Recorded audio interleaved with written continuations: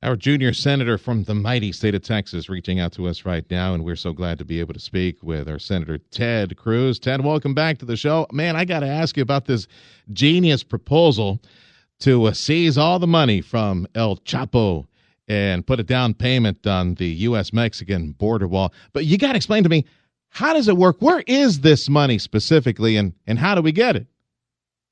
Well, good morning, Sergio. Good to be with you. Yes, sir. El Chapo, as you know, is in custody, is in federal custody. He was extradited from Mexico and led the Sinaloa drug cartel for many years. And federal government is prosecuting him for a whole series of crimes, and they also have instituted criminal forfeiture proceedings to seize his assets once he's convicted. The estimates are that his assets are roughly $14 billion. It's a massive criminal enterprise. And he's gotten very, very wealthy. I would imagine that not all of that is in cash, though, right? Some of that is real estate and stuff that needs to be sold. And it's scattered across the globe. I mean, collecting it and forfeiting it is going to take time and be complicated. Okay. But it's massive resources. And, you know, we were facing, and we still are facing, the Democrats threatening to filibuster and block any funding for building a wall. And so I was looking for creative ways to get it done.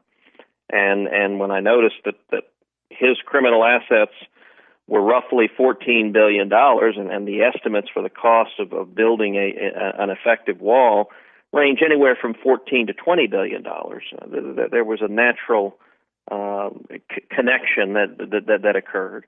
And I do think it's particularly just, given that he made those ill-gotten gains, trafficking narcotics into America, human smuggling, committing horrible acts of murder and violence. And so I introduced legislation saying that the proceeds from any criminal forfeiture from El Chapo, and for that matter from any other drug cartels, should go directly to border security to stopping others from following the path they follow. I would say that makes a little too much sense for Washington. You know, we can get into the whole for and against wall thing here in just a second, but I can't imagine that there's any opposition to that idea in D.C., or are you having trouble putting some legs to this thing? Well, unfortunately, there is some opposition, and there's opposition from the Democrats, and the Democrats in the Senate. You know, when they're arguing against building a wall, the argument they give is that they say it costs too much. Well, this legislation makes clear that we can get the money, and it doesn't come from the taxpayers. It comes directly from the drug cartels. And what it has done is it really reveals the lie that the Democrats are opposed to border security. It's not the money they're worried about. I mean, when was the last time you saw a Washington Democrat worried about spending money? I mean, the one thing they do is spend money. Their real objection is that they support illegal immigration, and they don't want to see a wall built. They don't want to see additional border security. They don't want to see additional border patrol. And you know, McAllen and the Rio Grande Valley, y'all deal every day with the consequences of a border that is not secure. And you know, I'll say a couple of months ago, I was down in McAllen and visited with the Border Patrol, joined them for their midnight muster right before they went out on the midnight shift, and met with a substantial number of Border Patrol agents. And I got to tell you, Sergio, the relief those men and women had at finally having an administration willing to enforce the law. It can't be overstated. There is a sense of relief, and I hear it from some of the union guys down here on the front lines that they finally have an administration that's listening to them. But at the same time, let's visit the whole for and against wall thing, because it's hard to find. Yeah, we're in blue country down here, but even in the local Republican business owners down here, it's hard to find people that would say the wall is the solution. We need to listen to Border Patrol. We need to listen to people on the front lines. Sure. And can we move the argument in that direction? Because as far as down here, everybody pointing to a natural barrier. Hey, we got the Rio Grande River, man. We need to take advantage of that. Put some boats on the river. Get some common sense solutions on here and finally secure the river. But then we hear all this speak out of Washington. Build the wall, find the money for the wall. And it seems like they got this myopic vision of the border, and it's unrelenting, it seems. Can you move the argument towards some common sense solutions for the border and secure the border? Sergio, I think you're exactly right. I think we need to use a host of tools to secure the borders. I support building a wall because I think a wall is an effective tool, but it's not a complete solution. As you know, right in McAllen, there are miles of wall that were built already and built with the support of local elected politicians and the federal government, built along the river levees, the flood levees. And that wall, when I was visiting with the Border Patrol just a couple of months ago, and I asked the obvious question, the question you're raising, hey, is the wall effective? Is this a useful tool to you guys? And what they said number one, the old line that if you build a 10-foot wall, people will bring 11-foot ladders, and that's something people like to cite all the time. They said, listen, that's true. People are crossing and bringing ladders, but what the Border Patrol agents told me is the wall was effective because it slows them down, and the critical element in actually stopping illegal crossings is the time between detection and apprehension, being able to get boots on the ground. And the wall as a physical barrier slows them down. I think we should continue to build the wall along the river flood levees, and so it protects the community at the same time. Okay. But we also need to be using technology. We need to be using more and more aerial technology and sensors, and most critically, boots on the ground. The most important piece that I hear from law enforcement over and over again, from all along the border, they need more is that boots on the ground are the most effective tool. And so I think we need to use all of the above with the objective of finally getting the job done. Texas Senator Ted Cruz joining us on 710 KURV. Yes, Senator Cruz, Tim Sullivan here. I got to push back on something you said a moment ago. Sure. And and Serge alluded to this. Yeah, the Rio Grande Valley is Democrat. We're blue down here. Yep. Nobody here is against border security. Nobody. Mm-hmm. Democrats, even some Democrats in Congress and our local leaders here, they support portions of the wall. It's just a matter of how you go about border security. Nobody is against more Border Patrol agents. Nobody is against more staffing at the ports of entry. And I know you know that because you, as you mentioned, you've spoken to the folks down here. Why do you go ahead and say things like that are the opposite of what we all know is not true? Well, Tim, and let me be very clear. I agree with you that the people of the Valley, the people of South Texas, are like Texans throughout the state, are common sense and want to solve the problem. There is a huge difference between South Texas Democrats and Washington Democrats. Here. That's for sure. And so I was being asked about the United States Senate. And we don't have any South Texas Democrats in the Washington Senate. What we do have is people like Chuck Schumer, and Washington Democrats are opposed to securing the border. They are opposing it across the board. No, they're not, Ted. They're not against securing the border. They're against. There's differences about how you go about it. Yeah. And when you say things like that, you sound. What they do, man. Hold on a second, Tim. Tim, if you're going to make this case. If you're going to make this case, explain to me why Chuck Schumer threatened to shut the government down on the border in order to stop any funding for a border wall. Because he is against the big, beautiful, massive wall that Donald Trump has proposed. And I know you know this too. Ted, you've been down here. You know the geography. You know the international treaties that are involved. And you know that the continuous, long, big, beautiful, massive wall is not a realistic proposal. $1 billion was only a down payment. It was just a portion of it just to get started. And that's what he wanted to shut the government down. Hey, speaking of shutting the government, let's talk about another issue that, hey, you're familiar with as far as shutting down the government. We punted to September. Don't you think we should have fought right now when it comes to, shutting down the government and fighting for that down payment for the wall and other things? Because we got so many important things. For example, healthcare, on the Healthcare Act. Yeah.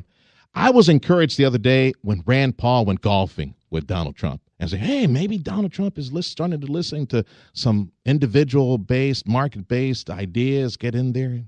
So, but what is the prospect right now? Because the headlines this morning all seem negative when it comes to, taking a swing at the healthcare piñata again. It seems like the votes aren't there again in the House to try to do something. What is happening on the health care reform thing up in Washington right now? Well, look, it shouldn't be surprising that the headlines are negative. We can expect the headlines to be negative every day of the next 4 years because the media is passionately opposed to the new president, to the Republican majorities in Congress. On Obamacare, I think it is absolutely critical that we honor our promise to repeal Obamacare. Obamacare has been a disaster, and millions of Americans have lost their health care, lost their doctors, seen their premiums skyrocket, and lost their jobs because of Obamacare. Repeal and replace Obamacare at the risk of people losing their coverage for pre-existing conditions? What about the people who lost their coverage when it implemented, man? Nobody's doing I'm just asking this question about pre-existing conditions. Should we keep that in a future health care bill, Senator? Tim, when I'm in Texas, which is typically every week when I come home, I hear from Texans over and over and over again, I can't afford health insurance. You know, the average family's premiums have risen over $5,000. I'm referring specifically to pre-existing conditions. Should that stay in the bill? Tim, just that one item, Senator. Tim, people are hurting and can't afford health insurance, and that was caused by the disaster that is Obamacare. We have got to fix that. And I'm convinced not only can we fix it, that we will fix it. We will get this done. I am spending every day, night and day, meeting with House members, meeting with senators, meeting with the president and the vice president and the administration, working to build Republicans together. Now, how do we repeal it? How do you lower premiums? The way you do it is you expand choices, you expand options, you reduce the government mandates on health insurance so that health insurance is more affordable, there are more choices, and you're in control of your health care instead of the federal government. That's what I hear from Texans over and over and over again. Obamacare didn't work. It is a failing program, and it is hurting millions of Texans. And we can do a lot better. We can have health insurance where premiums are affordable, and young people. You don't talk about who has been hammered by Obamacare. It's young people. Obamacare is a massive wealth distribution from young people to everybody else. We've got to fix it, and I'm convinced we will. Look, we hit a rocky patch in the House, but it's worth remembering it took Obama 14 months to pass Obamacare. Let me ask you before we let you go. Was on the floor of the House it did for just take 14 days. months, so the argument that it was shoved on our throats kind of goes out the window, was, because they went through all sorts of 14 months is a long time compared to the 2 months that the Republicans are pouring this legislative contortions to get this damn thing passed, and now they're probably going to have to do the same to undo and untie the thing. And Senator, you still haven't answered my question specifically regarding pre-existing conditions. Should a future health care bill allow that to stay in a future piece of legislation? Let me tag on that, Tim. Senator. Let me latch on, Tim, on Senator, that one. Please. I'm latching on to you on this one. I'm taking your side. Hang on, Tim. I'm taking your side. What was it, Senator, that pushed the Freedom Caucus to say yes to this? Was it the pre-existing conditions? Was it the health savings accounts that were included in there? What was it that moved the Freedom Caucus towards saying yes? Because those were the headlines a few days ago. And will pre-existing conditions be included in the rewrite of this thing? Sure, and let me answer both of those questions.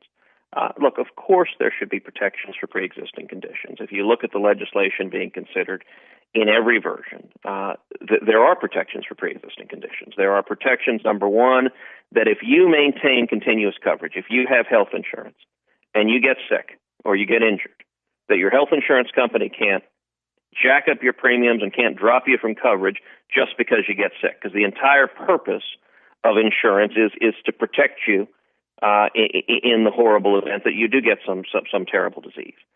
Secondly, this legislation also expands dramatically high-risk pools, which are the tools that have been used for a long time to deal with pre-existing conditions without jacking up the premiums for everybody else. And I recognize that pre-existing conditions is one problem, and we can deal with that, but we have to deal with the underlying problem Obamacare created. I mean, one thing I would ask your listeners, each of your listeners, just ask yourself, have your health insurance premiums gone up or gone down? And the answer is they've gone up, and they've gone up a lot. And the people who are getting hurt by Obamacare are all the people who are struggling and cannot afford health insurance. Let me give an example, Tim. A couple of months ago, I did a CNN town hall debate with Bernie Sanders, 2 hours on Obamacare. Yeah, I saw back and forth. The next day, I was at a restaurant having dinner, and two waitresses who I know well came up, and they both said they'd watched the debate, that they really enjoyed it. And one of them told me, she said, for the first time, she said, my premiums have gone from $400 a month to $1,200 a month. They've tripled. And she said, I can't afford $1,200 a month. She said, for the first time in my life, I don't have health insurance.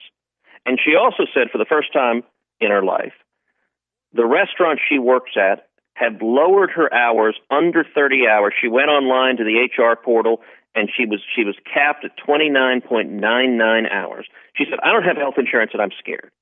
The other waitress said, I'm pregnant. She was several months pregnant. It's her first child. She's very excited. She said she just got a notification in the mail that her insurance, she does have insurance, her insurance, the doctor that she has gone to, that she knows and likes and trusts, is not covered on her plan, and she cannot have that doctor deliver her baby. And both of these waitresses looked at me and said, Ted, please repeal this disaster of a law. Yeah. That's who we're fighting for, and we've got to fix it. Take the tentacles out, man.